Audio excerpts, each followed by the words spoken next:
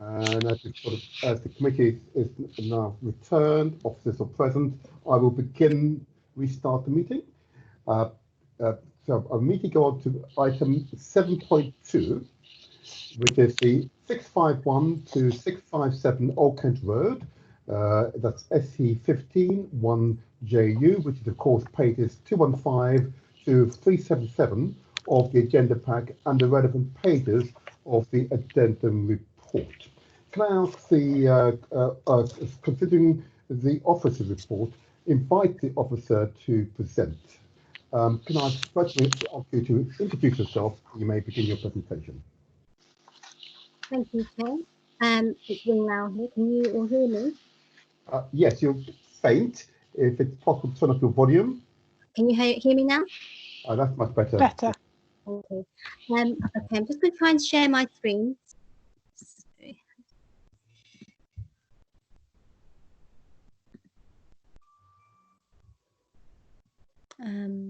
Sorry. Mm-hmm.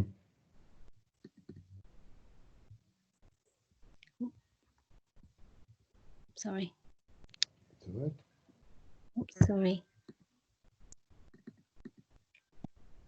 Well, best laid plan. I'll try that again. Okay. Sorry. Let me try that again.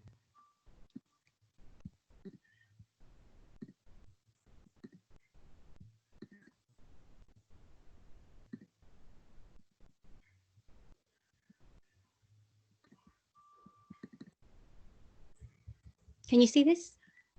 No. You can't? Not yet. Oh, I see your initials. Oh, there you are. We've got it up now. Great. Thank you, Chair. So this is the item number 7.2. The application reference is 19 AP 1710. The site is formerly known as 651 to 657 Old Kent Road, but members may know it as the Carpet Right site. It's also on the corner of Ruby Triangle development, and members may recall that this was a site that had planning permission granted for over 1,100 homes in 3 buildings that included retail, commercial and community uses, including the public park. So this application, the Carpet Right site, would therefore be the last piece that completes the triangle as envisaged in the Old Kent Road AAP master plan.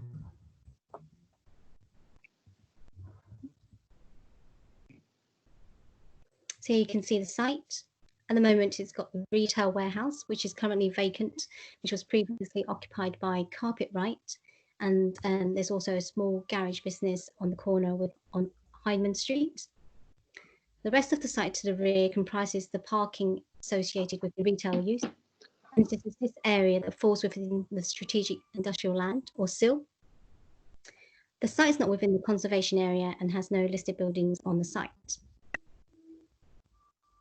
Here's an aerial photo of the site there. But you can see that there's the Grade 2 listed building further to the east, and there's also the Livesey Museum to the south opposite. Looking at the site in the context of the AAP master plan, this site is within sub-area 3 and is specifically in OKR13. The requirements of this allocation site include replacement of existing employment floor space and provision of a range of employment spaces, as well as replacement of existing retail space and activation of frontages on Old Kent Road.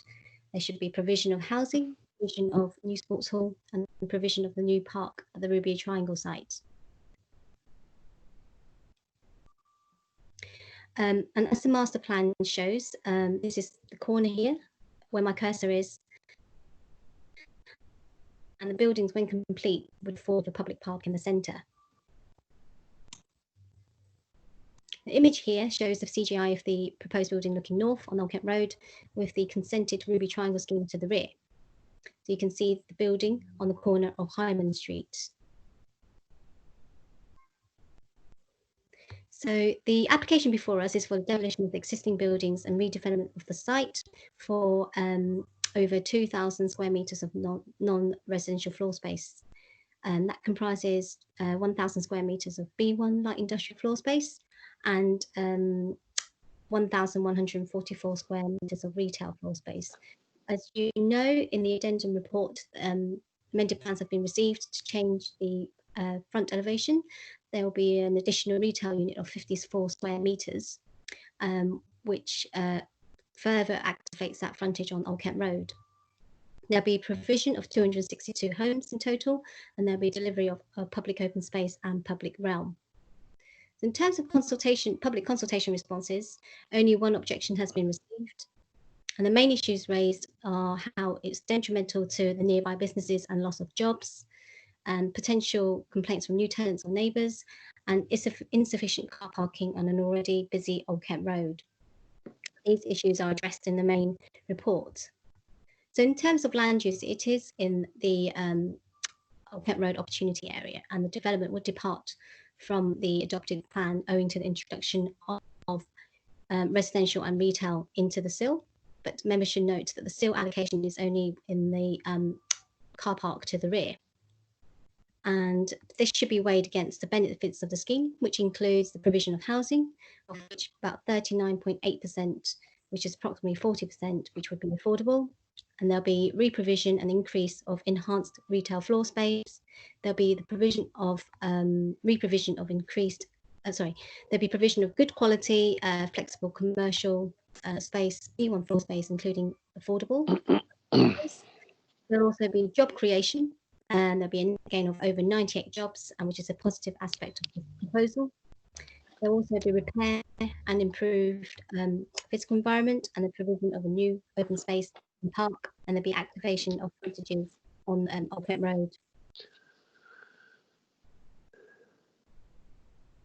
This table shows the housing provision. So 262 homes were provided in total, and 92 of those would be affordable. That works out to be 39.8% by habitable rooms, and the application has been accompanied with a viability appraisal, and that's been assessed by the council's own consultant, and that concludes that the scheme cannot support any more affordable housing on the site.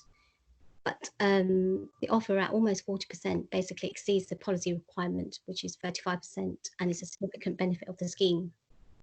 In terms of tenure mix, 64 of those would be social rented and 28 would be intermediate. And looking at it by habitable rooms, that would equate to 28.6% of social rented and 11.2% for intermediate, which meets the policy requirements.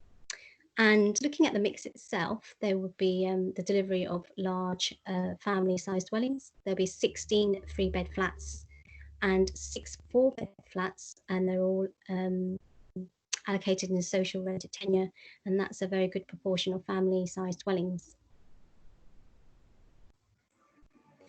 Looking at this scheme in the context with the consented Ruby Triangle, the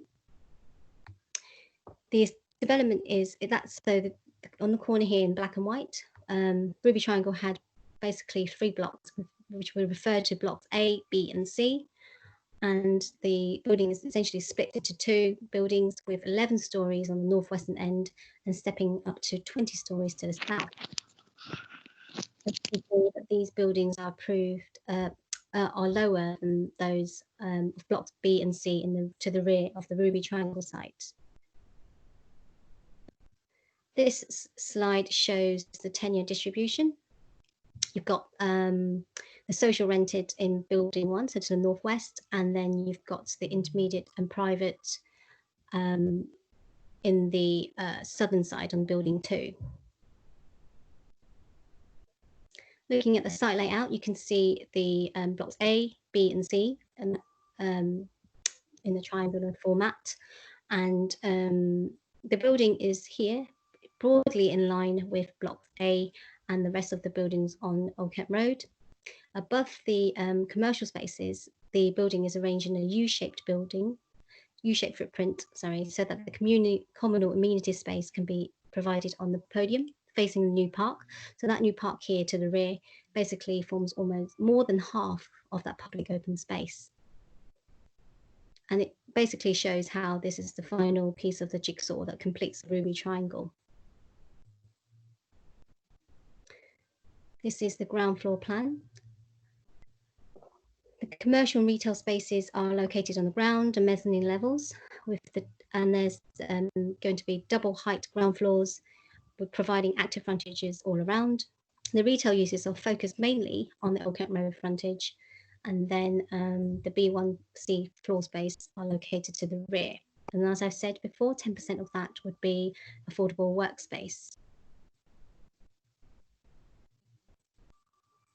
The design is well thought out, with new pedestrian routes through the site and increases permeability. So here to the left here, you can see is what might be called Ruby Lane, which joins number 639641 Old Kent Road, and this is Hyman Street. It is a car-free scheme, but there'll be 8 disabled parking bays located on the ground floor, and it's accessed from Hyman Street, and they'll be allocated to the wheelchair units. The footway along Hyman Street will be widened to allow pedestrians and the loading pad to be provided at grade, and these highway works will be subject to a Section 78 agreement. The cycle parking will be provided on the first floor level, and refuse stores are proposed on the ground floor. Here's the typical upper floor plan. As I said before, this arranged around a U-shaped footprint. There are 2 cores, but there are 3 lifts in, 6 lifts in total in these 2 buildings. And I noted in my reports they would all provide good quality accommodation. They all meet the minimum room sizes, minimum flat sizes, and have the minimum floor to ceiling heights. They would have adequate daylight and sunlight levels, and no more than 8 flats would share a core, and the flats would have adequate outlook and adequate privacy distances within the scheme. Each of the flats would have some form of private amenity space in the form of balconies, and some only about 5 that are internalised. It is noted about 51% of those total units would be dual aspect, and looking at it proportionally between affordable and private, the affordable would have 51% that have dual aspect, and in the private there'll be about 52. But members should note that the outlook of these units are very good. They have very good views out into the podium and into the new park, and there are no physical obstructions immediately in front of the single aspect units. Also, the proportion of north-facing single aspect units are low, and none of them will be allocated to social rented units. And all of the 3 and 4 bed dwellings would be dual aspect. Here's the open space strategy for the site. As I said before, delivers half of the, almost more than half of the park that's been envisaged in the AAP. And the image to the right shows the quantum of spaces. That includes the private common amenity space on the 10th and 19th floors. We've got public open space on the ground level, and you've got the play space in blue on the podium and the ground level to the north. You can see where my cursor is, that's the podium level, and some play space can be provided here on the in the lawn area. And those play space details can be secured by condition. They're all accessible to all residents.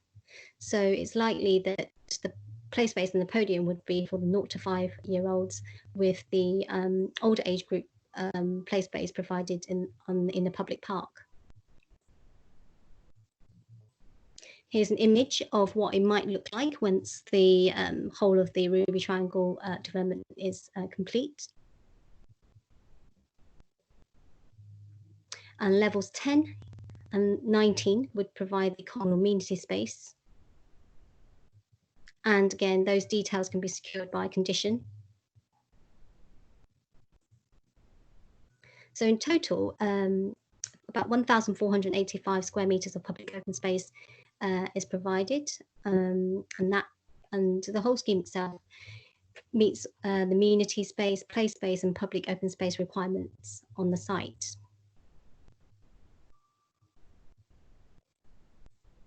Looking at the building height, this is the front elevation fronting Old Kent Road. As I said before, it's 11 stories on the northwestern end and stepping up to 20 stories. But it should be noted that the scheme has been designed with Ruby Triangle development and the AAP in mind. So It's showing the context of that. And the height and scale is cohesive for the wider site. Ruby Triangle buildings actually vary in height between 10 to 48 stories at its tallest.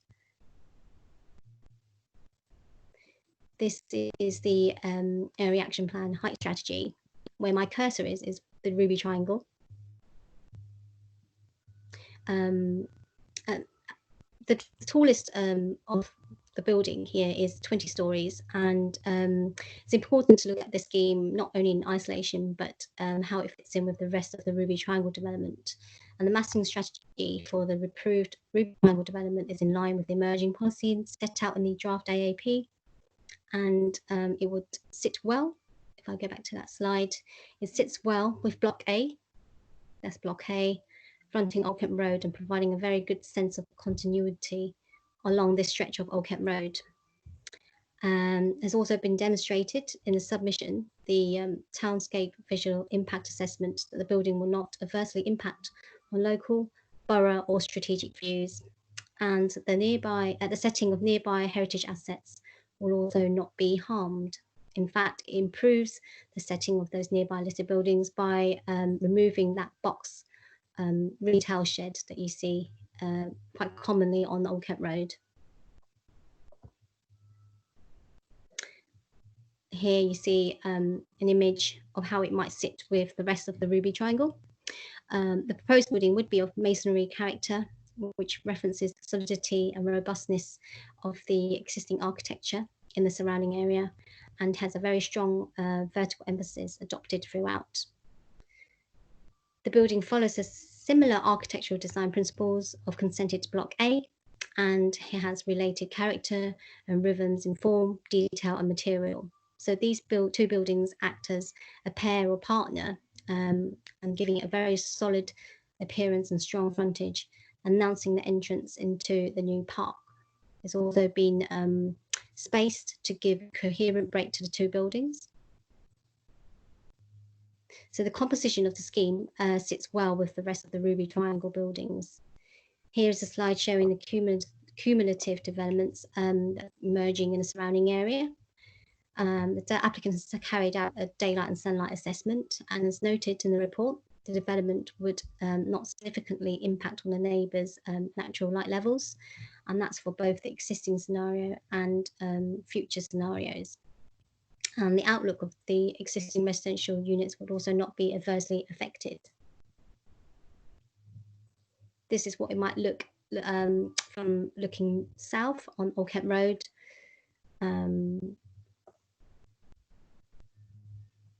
So in terms of environmental impacts such as noise, air quality, wind and microclimate, the application submission demonstrates that with appropriate mitigation measures, there will be any potential impacts would be minimal and managed, and the demolition and construction management plan would be secured in the section 106 to ensure that those impacts would be managed. And there'll be sustainable drainage systems in the form of green, brown and blue roofs and permeable paving in the large lawn area in the new park. There will also be a condition recommended to deal with contaminated land, and that's been included within this recommendation. The site is within the archaeological priority zone, but the council's archaeology officer has reviewed this and has not raised any objections, and concludes that with appropriate archaeological conditions that there is no objection to the grant of any permission. And in terms of energy, PV panels and air source heat pumps are proposed on site, and the scheme has been designed so it's future-proof to be connected to the Southwark district site district heating network, and which would further reduce carbon emissions. And the residential areas would achieve 57% carbon reduction, and the non-residential areas would achieve 37% reduction. And there'll be a carbon offset payment of over £200,000. There will also be other Section 106 financial contributions and other non-financial obligations as noted in the report. So in conclusion, the development would introduce residential uses into the seal, and would be a departure from the adopted development plan.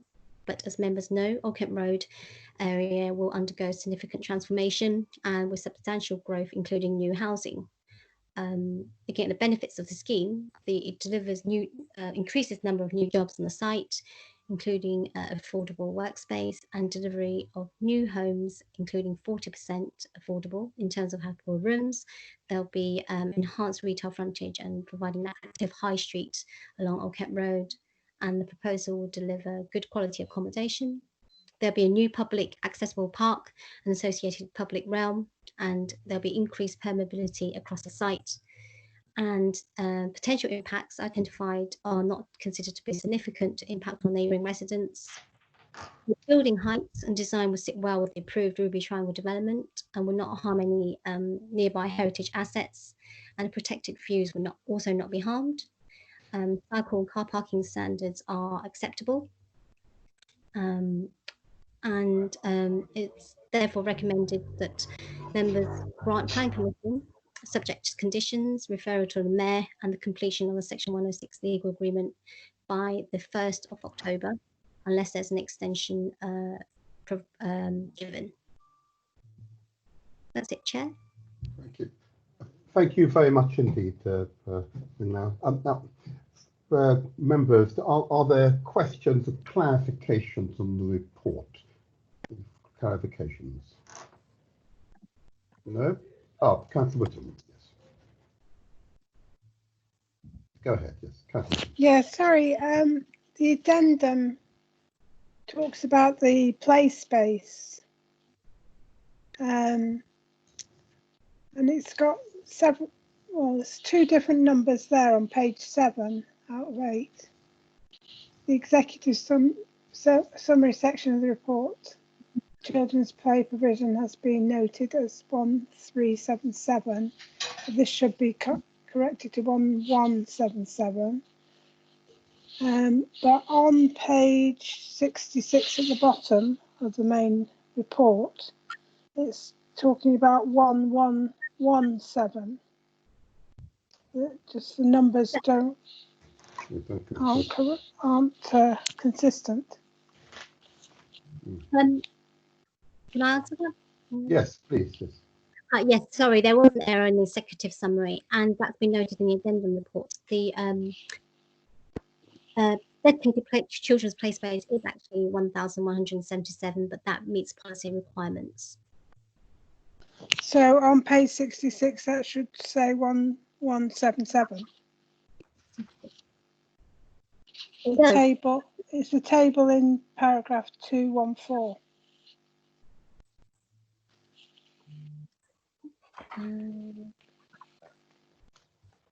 You mean that? Yeah, mine shows 1,117. 1,117. Yeah, mine says that. That's correct. Well, it says 1,177 in the addendum. It should be 1117. So the addendum's wrong.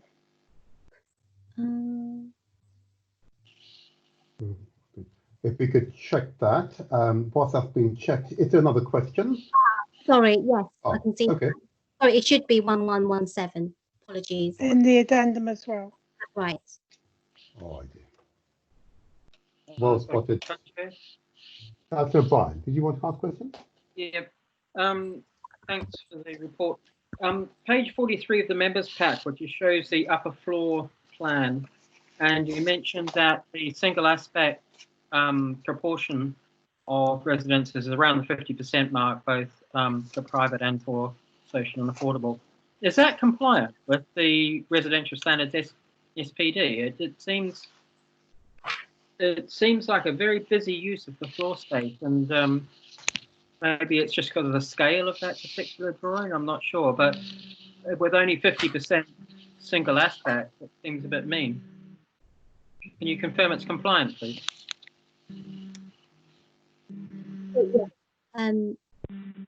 First of all, forgive me if can I ask members to put their microphones on mute? Okay, if you're not speaking, okay, go ahead, Ming. Yeah. Yes. it is noted that there'll be 51% that'll be dual aspect, but as I mentioned in the report, that there'll be a very low proportion that are north facing only, and then would be allocated to social rented units. And also the units would have very good views onto the podium and into the new park, and there won't be any physical obstructions in front. And all the 3 and 4 bedroom units would also have dual aspect. Does that answer, Councillor? Yep. As long as it's compliant. I mean, yeah, I don't really want to hear about the ones that are dual aspect. Good for them. It's just making sure, because it does look like a very, very busy use of floor space on that drawing, but that might be the scale of the drawing that's making it look worse than what it is. Okay. That's duly noted, and I made note of that, Councillor O'Brien, and well observed. Other members do have questions.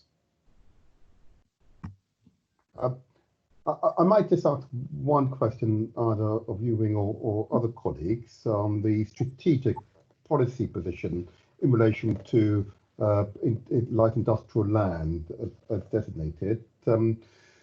Should we be aiming for 50% affordable on light industrial land? Is that what the policy says? Just want to get clarify that first of all.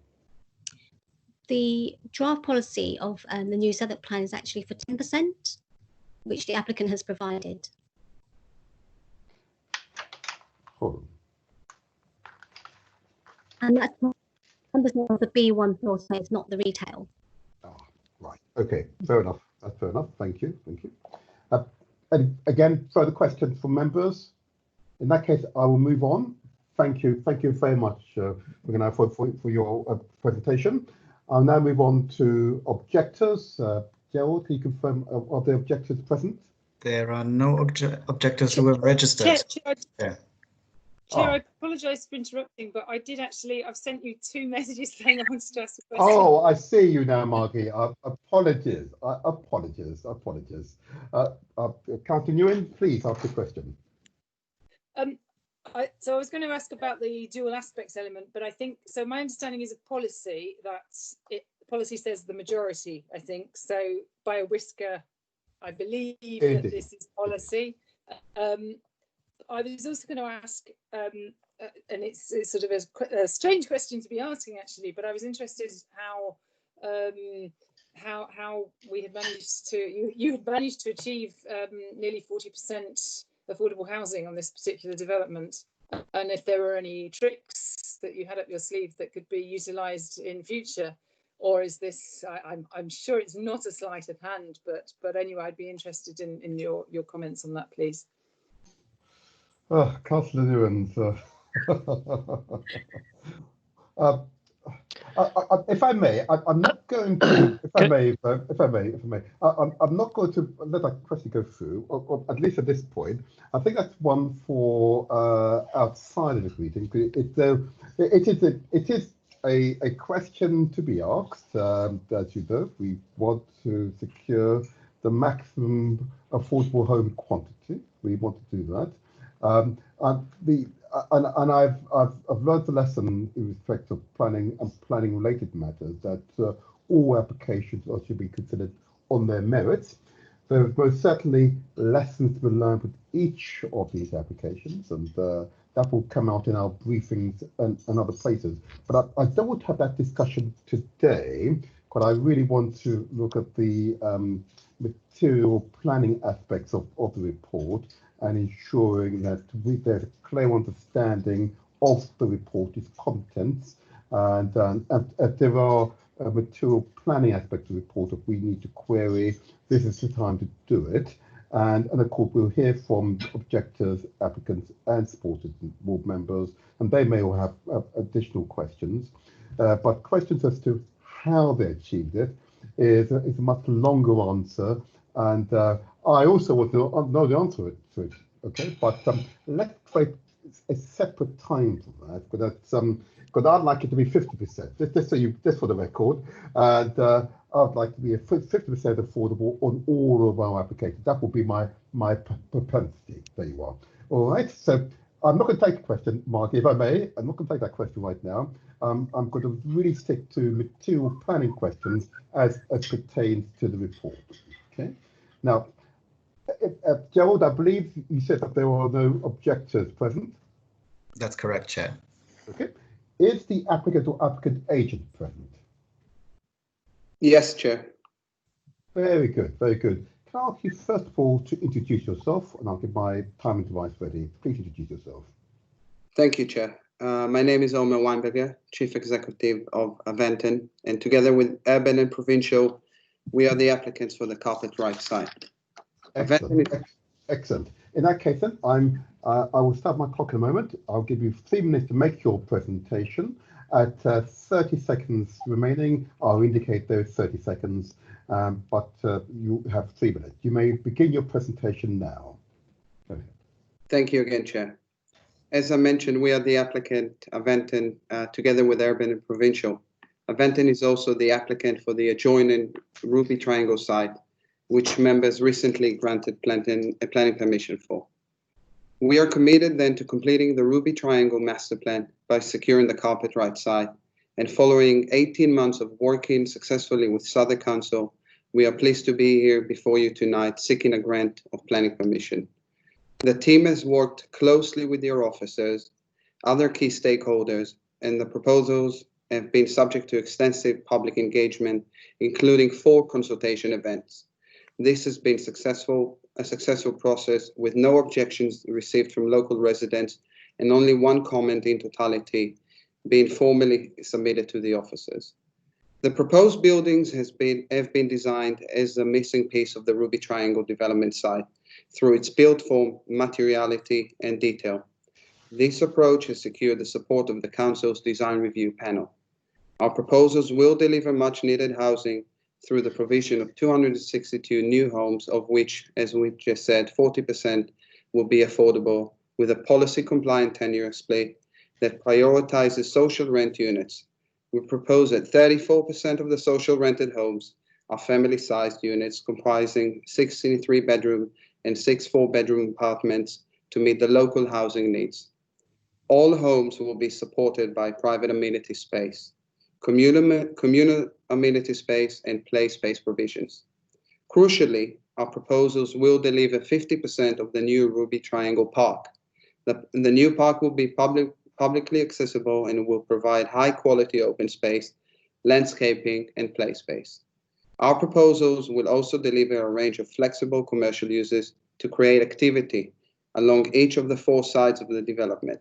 This includes active frontages onto the new park, Ruby Lane, and Old Ken Road at ground and mezzanine levels, including the provision of affordable workspace. The proposals are car-free except for blue badge parking, electric vehicle charging points, and cycle parking.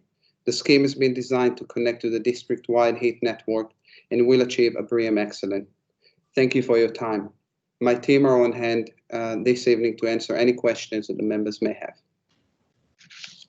Thank you for your presentation, well within time. Can I ask members, are there questions? Councillor Newman, do you have a question? I'll make sure I don't miss you this time. Councillor Newman, no? Okay, Councillor O'Brien in that case. Councillor O'Brien? Yeah, thanks for the presentation. Sorry, just at the very end there, you said about car parking spaces for blue badge holders and electric charging points. Can you clarify that for me, please? Can you be a bit, clarify what exactly? Do you have car parking spaces for blue badge holders and additional parking spaces for electric vehicles? No, or, we only have, thank you, Councillor, we only have car park spaces for the blue badge holders, 8 of them. And they'll be EVs, they'll be electric vehicles, yeah. Electric vehicle charging points. Yeah, okay. Thank you. Thank you. Other members wish to speak? Please indicate, either digitally or otherwise. Well, Councillor Newman, are you sure? Okay. In that case, I won't ask a question. It's an interesting application. In that case, I'll give you another minute to ask a question. In that case, thank you for your presentation. Thank you for your presentation, sir. There you go. There you go. There you go.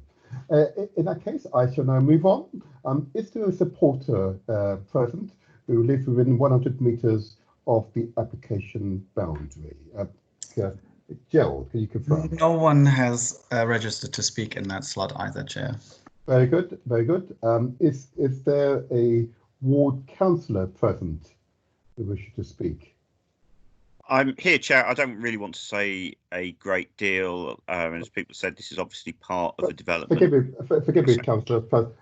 Just for the formality, and this is being recorded. If I can ask you, please, just introduce yourself, and I will give you 3 minutes to make your presentation. Please introduce yourself. Thank you, Chair. Councillor Richard Livingstone, Old Kent Road, Ward.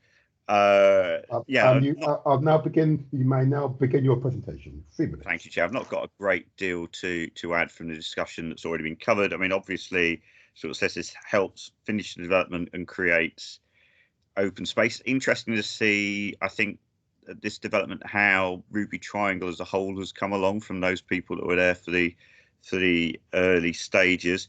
I think, yeah, it's notable, obviously, that we've got some good numbers in terms of social housing, larger units there, 6 4-beds are noted. Again, I've not had anybody approach me to raise any objections or any concerns about this application.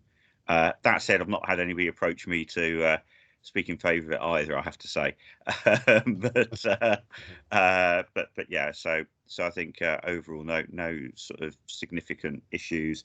Similarly to the last one, I'd obviously make the point that car-free development, but we need that CPZ in place before we can actually make it or guarantee that it's car-free. Very good, very good. Thank you very much. Are there questions for Councillor Livingstone? Chair, I have a quick one for Councillor Livingstone, if that's right. I just wanted to see if you were broadly content with the improvements to the public realm and the work that had been done in regards to the other site applications, and how coherently you felt this piece was in relation to sort of completing the area and its linkages back into the existing infrastructure. Thank you, Councillor Rose. Yeah, no, I think it does that well. It's obviously one of the sort of or sort of bits that was left hanging with the original Ruby Triangle development about the space in the middle, and this completes that, enables that to become a functioning open space. I think there's some interesting use of podium and roof spaces here as well to create public realm, which is useful, and so I think that's helpful.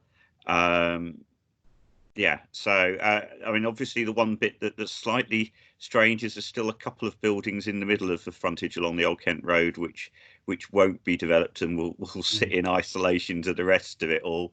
But I think yeah, the design has kind of worked with that as much as it possibly can to make that work. Very good. Thank you. Thank you. Are there further questions for Councillor Livingstone? If not, thank you very much, Councillor Livingstone, for your presentation. Our committee members might make further comments or further questions for officers. No? This is for much to read. Here we go then. Well, in that case, then I will move on. No further comments you wish to make. I'm just making sure before I move to a potential motion. Are there any amended conditions arising from the addendum report? Just make sure that there are none, are there? Looking at this, there are none. In that case, just the play space size. Just the play space size needs to be amended. Just making sure. Sorry, can Wing just advise? Yeah. Sorry, there was just an error in the addendum report, but the main report is correct. In the main body of the report, that it is 1,117 square meters. Right. Yes. So it's correct in a way. Yes. Okay. In the main report, but if we're just not the executive summary. Apologies. Okay. So that's duly noted and that's minuted anyway, so that's fine. In that case, then I'd like to move that we adopt the officer's recommendations set out in pages 1 to 2 of the report on page 219 of the agenda pack. That the planning committee grant planning permission subject to recommending planning conditions, the applicant entering into an appropriate legal agreement by no later than the 1st of October 2020, and of course referral to the Mayor of London. That in the event that section 106 legal agreement is not completed by the 1st of October 2020, that the Director of Planning be authorised to refuse planning permission, if appropriate, for the reasons set out in paragraph 425 of this report. That's the resolution I'm proposing. Is there a seconder? Is there a seconder? Seconded, Chair. I'll second. Okay. I'll leave you Take to your choose. pick. I'll leave you to choose, Gerald. Councillor Whittam, I heard, I believe. Okay. I think Councillor Hargrove was just a little quicker. Oh, please. Well, I don't want to fight over it. Councillor Hargrove had it given. In that case, Chair, I'm happy for Councillor Whittam to second. oh, enough already. You've got it, don't worry. Okay, in that case, then, what I will do, I'll now move to the vote. And I'll ask the question, are you for, against, or abstain on the motion? And I'll start with Councillor Whittam. Councillor Whittam, are you for, against, or abstain on the motion? I'm for. Very good. Councillor Hargrove? Yeah, I'm for, Chair. Thank you very much. Councillor Adam Morris? For, Chair. Very good. Councillor Margaret Newlands, for, against, or abstain? For. Very good. Councillor David O'Brien, for, against, or abstain? For, Chair. Very good. Councillor Catherine Rose, for, against, or abstain? For, Chair. Very good. And Councillor Cleo Soam, for, against, or abstain? For, Chair. Thank you very much. And I can also confirm that I'm for the motion. That is unanimous. Therefore, the motion is passed. Thank you very much indeed. It's been a long evening, I know. It started slightly later, but thank you all for your contributions, and thank you all for those who participated and provided the necessary planning and legal advice. Thank you all, and have a good evening. Thank you. Good evening. Martin, can you stick around before you go? Thank you. Good night,